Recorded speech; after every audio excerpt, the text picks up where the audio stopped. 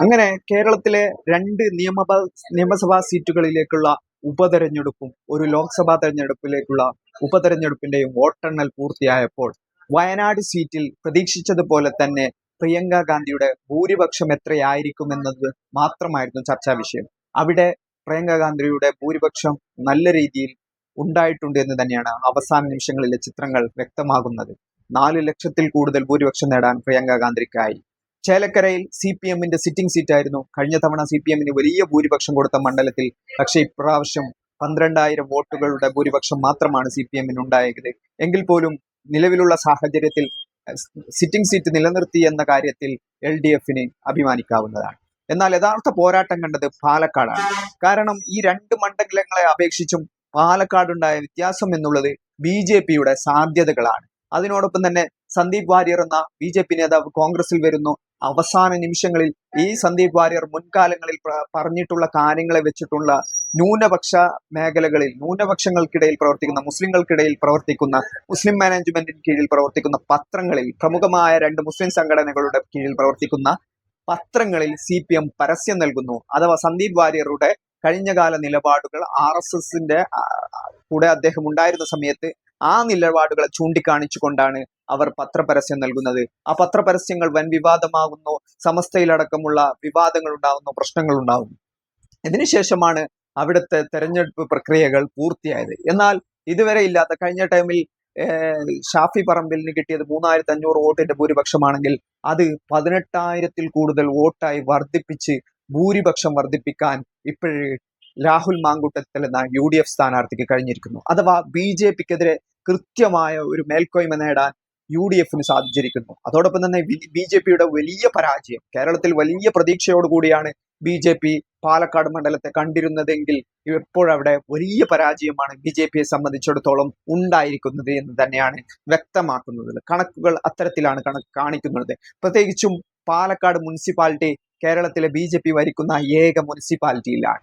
ആ മുനിസിപ്പാലിറ്റിയിൽ വ്യക്തമായ മേധാവിത്വം കാണിക്കാൻ BJP കഴിയുന്നില്ല. ഇഞ്ചോടിഞ്ച് മത്സരങ്ങൾ കാഴ്ചവെക്കാൻ UDF-ന് സാധിച്ചു. അതോടൊപ്പം തന്നെ LDF-ഉം അവരുടെ വോട്ട് കഴിഞ്ഞ തവണത്തേക്കാൾ വർദ്ധിപ്പിച്ചിട്ടുണ്ട് എന്നുള്ളത് പാലക്കാട് BJP-ക്ക് വലിയ തിരിച്ചടിയാണ് ഉണ്ടായിരിക്കുന്നത്. ഇത് വരും ദിവസങ്ങളിൽ BJP-യിൽ വലിയ തർക്കങ്ങൾക്ക് കാരണമാകുമെന്ന കാര്യത്തിൽ ഒരു സംശയവുമില്ല. പ്രത്യേകിച്ചും K. സുരേന്ദ്രനെതിരെയുള്ള പടപ്പുറപ്പാട് വിമത വിഭാഗം തീർച്ചയായും ഇതൊരു ആയുധമാക്കുമെന്ന കാര്യത്തിൽ ഒരു സംശയവുമില്ല. അതോടൊപ്പം തന്നെ മനസ്സിലാക്കേണ്ട മറ്റൊരു വസ്തുത എന്നുള്ളത് സന്ദീപ് വാര്യരുടെ പുറത്തുപോക്കാണ്. സന്ദീപ് വാര്യർ കോൺഗ്രസിലേക്ക് പോവുകയും കോൺഗ്രസ് ഇത്തരത്തിൽ BJP-യുടെ ഒരു മേൽക്കോയ്മ മണ്ഡലത്തിൽ കൃത്യമായിട്ട് മേധാവിത്വം പുലർത്തുകയും സന്ദീപ് വാര്യർ എന്ന ഒരു ആൾ BJP-യിൽ നിന്നും UDF-ൽ എത്തിയത് കൊണ്ടുള്ള നേട്ടമായിട്ട് ഇതിനെ വ്യാഖ്യാനിക്കപ്പെടും. അത്തരത്തിൽ നോക്കുമ്പോൾ BJP-ക്ക് വലിയ രീതിയിലുള്ള തിരിച്ചടികൾ വരും ദിവസങ്ങളിൽ അവർക്കിടയിൽ ഉണ്ടാക്കുന്ന പടലപ്പിണക്കങ്ങൾ വളരെ കൂടുതലായിരിക്കുമെന്ന കാര്യത്തിൽ ഒരു സംശയവുമില്ല. അതോടൊപ്പം തന്നെ ഇതിൽ കേരളത്തിലെ ഈ തെരഞ്ഞെടുപ്പുകളുടെ റിസൾട്ടുകൾ ഇത്തരത്തിലുള്ളതാകുമ്പോൾ 2 പ്രമുഖമായ സംസ്ഥാനങ്ങളിൽ ഇന്ന് നിയമസഭാ തെരഞ്ഞെടുപ്പ് പൂർത്തിയായി, വോട്ടെണ്ണൽ പൂർത്തിയായിരിക്കുന്നു. എന്നാൽ ഇതിൽ മഹാരാഷ്ട്രയും ജാർഖണ്ഡുമാണ് 2 സംസ്ഥാനങ്ങൾ. മഹാരാഷ്ട്രയിൽ വലിയ ഭൂരിപക്ഷത്തോടുകൂടി NDA സഖ്യം അധികാരത്തിലേക്ക് ഏറുകയാണ്, വീണ്ടും അധികാരം തുടരുകയാണ്. ആ അധികാര തുടർച്ച എന്നുള്ളത് വലിയ പ്രശ്നമായി ഇന്ത്യ സഖ്യത്തിൽ മാറുമെന്ന കാര്യത്തിലും സംശയമില്ല. കാരണം മഹാരാഷ്ട്ര ഇന്ത്യ സഖ്യം വളരെ പ്രതീക്ഷയോടുകൂടി കണ്ട ഒരു സംസ്ഥാനമാണ്. അവിടെ ഇത്തരത്തിലുള്ള ഒരു പരാജയം അവിടെ ചിന്തിപ്പിക്കുമെന്ന കാര്യത്തിലും സംശയമില്ല. എന്നാൽ ജാർഖണ്ഡിൽ ഉണ്ടായിരിക്കുന്നത് നേരെ വ്യത്യസ്തമായ കാര്യങ്ങളാണ്. കാരണം ജാർഖണ്ഡിൽ നിലവിലുള്ള ഭരണ തുടർച്ച തുടരാൻ തന്നെ ഇന്ത്യ സഖ്യത്തിന് സാധിക്കും. പ്രത്യേകിച്ചും ജാർഖണ്ഡ് മുക്തി മോർച്ചയുടെ നേതൃത്വത്തിലുള്ള സർക്കാർ രൂപീകരിക്കപ്പെടും. കോൺഗ്രസും അവിടെ നില മെച്ചപ്പെടുത്തിയിട്ടുണ്ട്. അതുകൊണ്ട് തന്നെ ഇന്ത്യ സഖ്യത്തിന് ആശ്വാസം നൽകുന്ന റിസൾട്ടാണ് ജാർഖണ്ഡിൽ ഉണ്ടായിരിക്കുന്നത്. എന്നാൽ ഇവിടെയാണ് യഥാർത്ഥ പ്രശ്നമുള്ളത്. ഇവിടെ പ്രശ്നമായിട്ട് മാറിയിരിക്കുന്നത് ഈ മഹാരാഷ്ട്ര ഉപതെരഞ്ഞെടുപ്പാണ്. കഴിഞ്ഞ ലോക്സഭാ തെരഞ്ഞെടുപ്പിൽ BJP-ക്ക് വലിയ രീതിയിലുള്ള തിരിച്ചടികൾ കിട്ടിയ സംസ്ഥാനമാണ് മഹാരാഷ്ട്ര എന്നുള്ളത്. അങ്ങനെ നോക്കുമ്പോൾ ഇന്ത്യയുടെ സാമ്പത്തിക തലസ്ഥാനമായ മുംബൈ അടക്കം സ്ഥിതി ചെയ്യുന്ന മഹാരാഷ്ട്രയുടെ ഭരണം ഒരിക്കൽ കൂടി കോൺഗ്രസിന്റെയും അതോടൊപ്പം തന്നെ അവരുടെ സഖ്യകക്ഷികളുടെയും പ്രത്യേകിച്ചും ഉദ്ധവ് താക്കറുടെ പക്ഷം ഒക്കെയുള്ള ഈ ഒരു സഖ്യത്തിന് വീണ്ടും നഷ്ടമാവുകയാണ്. പകരം അവിടെ BJP-യും ഏക്നാഥ് ഷിൻഡെയും അധികാര തുടർച്ച നേടിയിരിക്കുകയാണ്. ഇതാണ് യഥാർത്ഥ പ്രശ്നമായിട്ട് നിലകൊള്ളുന്നത്. ഇത് ഇന്ത്യ സഖ്യത്തിൽ പ്രത്യേകിച്ചും മഹാരാഷ്ട്രയിലെങ്കിലും കനത്ത രീതിയിൽ ബാധിക്കാൻ സാധ്യതയുണ്ട്. ഇത് എന്തുകൊണ്ട് ഇത്തരം ഒരു വലിയ പരാജയം ഉണ്ടായി എന്നതിനെ പറ്റിയുള്ള ചർച്ചകൾ തീർച്ചയായും നടക്കപ്പെടും. അതുകൊണ്ട് തന്നെ ഇന്ത്യ സഖ്യത്തിന്റെ സാധ്യതകൾക്കുള്ള വലിയ തിരിച്ചടിയാണ് മഹാരാഷ്ട്ര തെരഞ്ഞെടുപ്പ് റിസൾട്ട് എന്നുള്ളത്. പ്രത്യേകിച്ചും കഴിഞ്ഞ ലോക്സഭാ തെരഞ്ഞെടുപ്പിൽ വലിയ വിജയങ്ങൾ ഉണ്ടായതിനു ശേഷം ഇന്ത്യ സഖ്യത്തിന് ഹരിയാനയിലും അതേ തുടർച്ച തന്നെ ഉണ്ടാക്കി മഹാരാഷ്ട്രയിലും നിയമസഭാ തെരഞ്ഞെടുപ്പുകളിൽ തിരിച്ചടി ഉണ്ടായിരിക്കുന്നു. നേട്ടങ്ങൾ തുടരാൻ കഴിഞ്ഞിട്ടില്ല എന്നതാണ്. ഇതിൽ ഏറ്റവും ചോദ്യചിഹ്നമായിരിക്കുന്നത് കോൺഗ്രസിന്റെ പ്രകടനമാണ്. BJPക്ക് നേർക്കുനേരെയുള്ള മത്സരങ്ങളിൽ ഇന്ത്യയിൽ എവിടെയും കോൺഗ്രസിന്റെ സ്ട്രൈക്ക് റേറ്റ് വളരെ കുറവാണ് എന്നുള്ളത് വ്യക്തമായിട്ടുള്ള കാര്യമാണ്. അതുകൊണ്ട് തന്നെ ഈ ഒരു റിസൾട്ട് എന്നുള്ളത് കോൺഗ്രസിനെ സംബന്ധിച്ചിടത്തോളം നിർണായകമാണ്. കാരണം ഈ തെരഞ്ഞെടുപ്പുകളിൽ ലോക്സഭാ തെരഞ്ഞെടുപ്പായാലും നിയമസഭാ തെരഞ്ഞെടുപ്പുകളായാലും BJPക്ക് നേർക്കുനേരെയുള്ള മത്സരങ്ങൾ ഉണ്ടാവുമ്പോൾ ആ ഇന്ത്യ സഖ്യത്തിൽ സഖ്യകക്ഷികൾ ഉണ്ടാക്കുന്ന നേട്ടമുണ്ടാക്കാൻ ഒരിക്കൽ പോലും കോൺഗ്രസിന് സാധിക്കുന്നില്ല. അത് തന്നെയാണ് മഹാരാഷ്ട്രയിലും സംഭവിച്ചിരിക്കുന്നത്. വലിയ പരാജയമാണ് കോൺഗ്രസിന് അവിടെ സംഭവിച്ചിരിക്കുന്നത്. അതുകൊണ്ട് തന്നെ കോൺഗ്രസിന്റെ ഈ പരാജയവും വളരെയധികം ചർച്ചയാവാൻ കാരണമായിട്ട് തീരുമെന്ന കാര്യത്തിൽ സംശയമില്ല. പ്രത്യേകിച്ചും ഇന്ത്യ സഖ്യത്തിന് നേതൃത്വം നൽകുന്ന കക്ഷി എന്നുള്ള നിലയിൽ കോൺഗ്രസ് ഇതിന് മറുപടി പറയേണ്ടതായിട്ട് വരും. അത്തരത്തിൽ നോക്കുമ്പോൾ BJPയുമായിട്ട് നേർക്കുനേരെ മത്സരിക്കുമ്പോൾ കോൺഗ്രസിനുണ്ടാകുന്ന ക്ഷീണം അല്ലെങ്കിൽ കോൺഗ്രസിനുണ്ടാകുന്ന പരാജയങ്ങളുടെ ഒരു തുടർച്ച തന്നെയാണ് മഹാരാഷ്ട്രയിൽ ഉണ്ടായിരിക്കുന്നത്. അതുകൊണ്ട് തന്നെ ദേശീയ രാഷ്ട്രീയത്തിൽ BJPക്കെതിരെ ഒരു രാഷ്ട്രീയ പാർട്ടി പ്രതിപക്ഷ ദൗത്യം നിർവഹിക്കുന്ന പ്രതിപക്ഷത്ത് ഉത്തരവാദിത്തപ്പെട്ട രാഷ്ട്രീയ പാർട്ടി എന്നുള്ള നിലയിൽ BJPക്ക് നേർക്കുനേരെ പോരാടുമ്പോൾ കോൺഗ്രസിന് പറ്റുന്ന ഈ ക്ഷീണം എന്നുള്ളത് ഇന്ത്യ സഖ്യത്തിന് കൂടി വലിയ തിരിച്ചടിയായി മാറുമെന്ന കാര്യത്തിലും സംശയമില്ല. എങ്കിലും പോലും ജാർഖണ്ഡിലുള്ള ഒരു ഭരണ തുടർച്ച നിലനിർത്താൻ കഴിഞ്ഞത് അവർക്ക് ആശ്വാസം നൽകുന്ന ഘടകമാണ്. എന്നാൽ മഹാരാഷ്ട്രയാണ് ഇതിൽ നിർണായകമായിരിക്കുന്നത്. അതായത് കേവലം 2 അക്കത്തിൽ മാത്രം ഒതുങ്ങുന്ന ഒരു പ്രതിപക്ഷമായിട്ട് മാത്രം ഇപ്പോൾ ഇന്ത്യ സഖ്യം മാറിയിരിക്കുകയാണ് മഹാരാഷ്ട്രയിൽ. ഇത് വലിയ പ്രതിസന്ധിയാണ് ഇന്ത്യ സഖ്യത്തെ സംബന്ധിച്ചിടത്തോളം. കാരണം 3 അക്കം എന്ന 100 എന്ന അക്കത്തിലേക്ക് പോലും എത്താൻ സാധിച്ചിട്ടില്ല എന്ന് തന്നെയാണ് ഇത് വ്യക്തമാക്കി തരുന്നത്.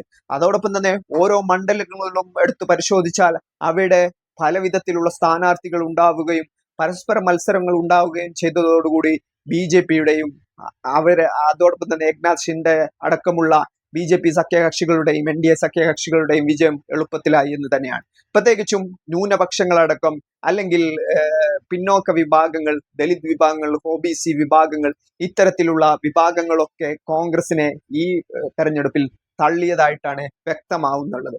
കാരണം അവർ സ്വന്തം നിലക്കുള്ള രാഷ്ട്രീയം തെരഞ്ഞെടുത്തിരിക്കുന്നു.